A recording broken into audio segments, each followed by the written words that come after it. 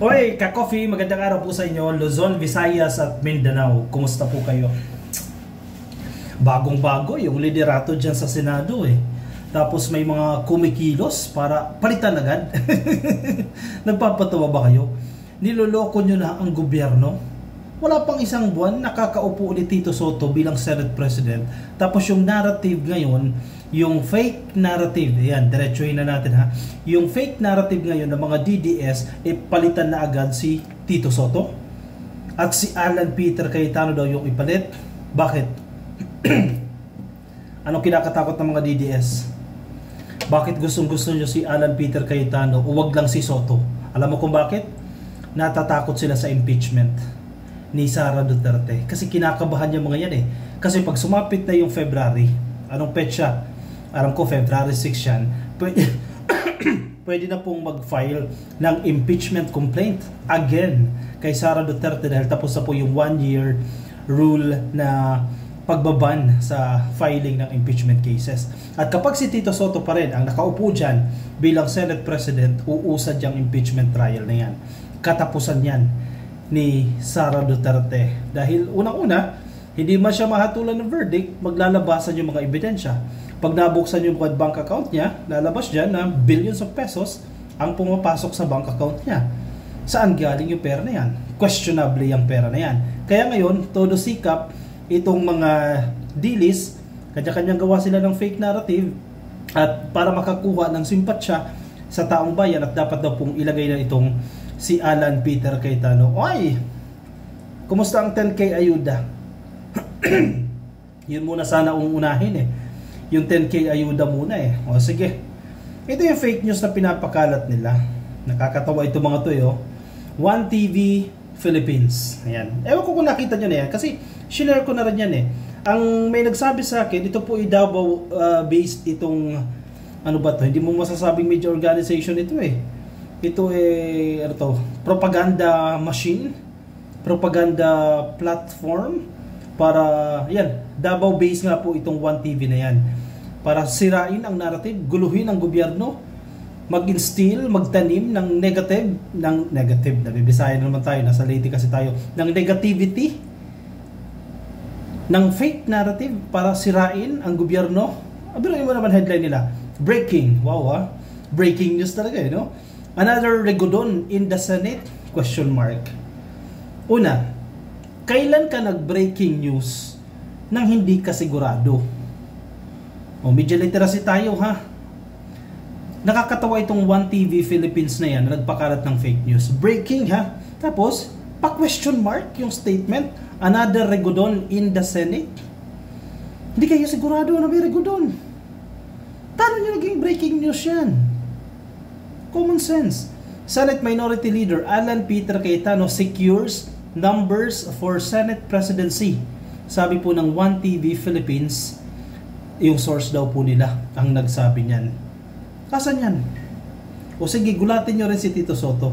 Palitan nyo rin agad. Okay, sige. Let's assume, mag-succeed kayo dyan sa magpapalit kay Tito Soto. Halatang halata kayo. Natakot kayo na si Tito Soto nakaupo dyan. Pangalawa, nakakahiya itong mga senador. If ever, patulan na natin yung fake news niya. If ever, na magregodon na naman sila dyan, palitan nilang Senate President, ang katawa-tawa dyan, ang mga senador. Ang katawa-tawa dyan, yung buong institusyon. Yung Senate mismo. Kasi hindi ba kayo mapermi? Nakailang palit na kayo dyan. Wala pang isang buwan si Tito Soto. Papalitan nyo na naman agad. Sino ba nagdidesisyon yan? Mga senador. Kayo yung bumoboto nyan. Kayo ang tatawanan yan. Do you get my point? Nakakatawa ang Senado and I don't think nagagawin ng Senado yan kasi kasiraan niya ng institusyon nila.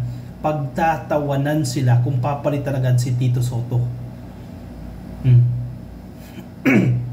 Contrary, yung ganyang opinion na yan sa pinapakalat nitong One TV Philippines na yan na fake news. Si Lacson nagsalita. Bago lang ito. Ang sinasabi ni Lacson, Lacson denounces false reports of Senate leadership change. Kasi naman One TV Philippines eh. Mamaya i-check natin, i-verify natin yung page na yan. Anong meron dyan? Senate President pro tempore Ping Lacson dismissed as false a social media post claiming another leadership shakeup is being planned in the upper chamber. Lacson described the post as deceptive, mapanlinlang, desperate, desperado, and underhanded, saying it was meant to mislead the public and sow confusion within the Senate majority bloc.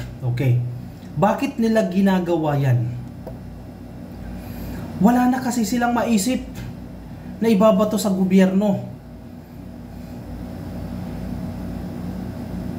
Wala eh, hindi sila nag-uubra eh. Kay PBBM, hindi sila umuubra. Kahit anong bato nilang issue, hindi sila umuubra. Nililink nila, pilit na nililink ang presidente sa corruption dito sa flood control, hindi sila umuubra. Yung video nila na si PBBM daw ay bangag, hindi rin umubra. Wala na silang ibang maisip na paraan. Kaya ngayon pinupunterya nila yung makakasira sa tao nila, si Sara. At ang tingin nila, ang makakasira dyan itong si Tito Sotto dahil iaalaw yan. Siya ang leader dyan sa Senado eh. Iaalaw na matuloy yan impeachment ni Sara Duterte. Kaya ngayon nagtatanim na sila para makakuha ng simpatsya. O sige, kailangan natin palitan si Tito Sotto, ipalit natin si Alan Peter Cayetano. Absuelto si Pusit dyan. Sabi ni Lacson, iyan po isang deceptive. Mapanlinlang yan. Iyan po isang desperadong move. At yan po ay underhanded o dishonest, hindi tapat. Huli. Ano na naman kagagawan yung mga deals dyan? Wala ba kayong matibay-tibay na narrative dyan? Saying it was meant to mislead the public and sow confusion within the next Senate majority bloc. Sirain ang Senado. Kung ako naman sa mga DDS senators, pagsabihan nyo naman yung supporter ninyo. Diba? Ayusin naman yung mga pinopost. Ayusin yung fake news nila kasi reflection nyo yan. Parte kayo ng Senado eh. Malevolent, underhanded, foul, and desperate. Kung may song na achy breaky hearts, ito naman fakey breaking news. Sabi niya.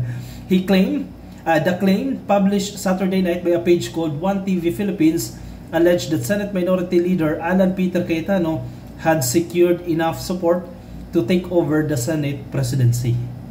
Sino nag-feed ng information dyan? Lacson emphasized that any transition must follow proper procedure with at least 13 senators signing a resolution and presenting it to the Senate President. Very close si Sotto at si Lacson. Kung may dumating na papel kay Sotto, o ito pare, very close yung dalawa na yan eh, pare, may dumating dito na resolution, no? 14, bumoto para kay Alan Cayetano, so matatanggal na ako. Sa tingin niyo, hindi magsasabi si Sotto kay Lacson na pinupunteriya na siya na palitan? Fake news yun na naman yan.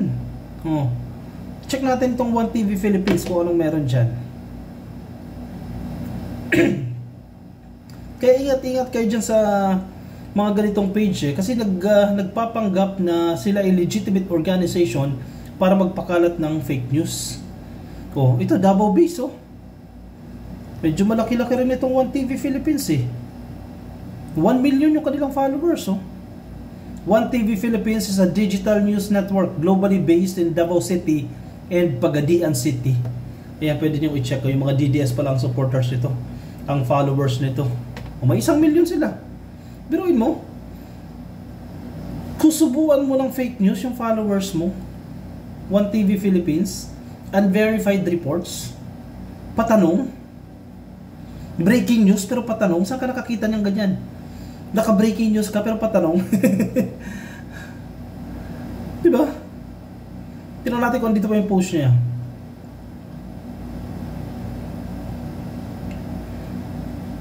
Binabalikan ko lang kung dito pa yung post niya. Kasi kung fake niya, dapat binura niya na yan.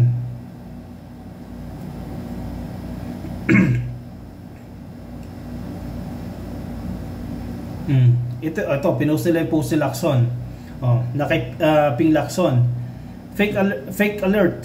Babala na kumakalat na fake breaking news na ang hangad ay manggulo at manlito ng mga tao.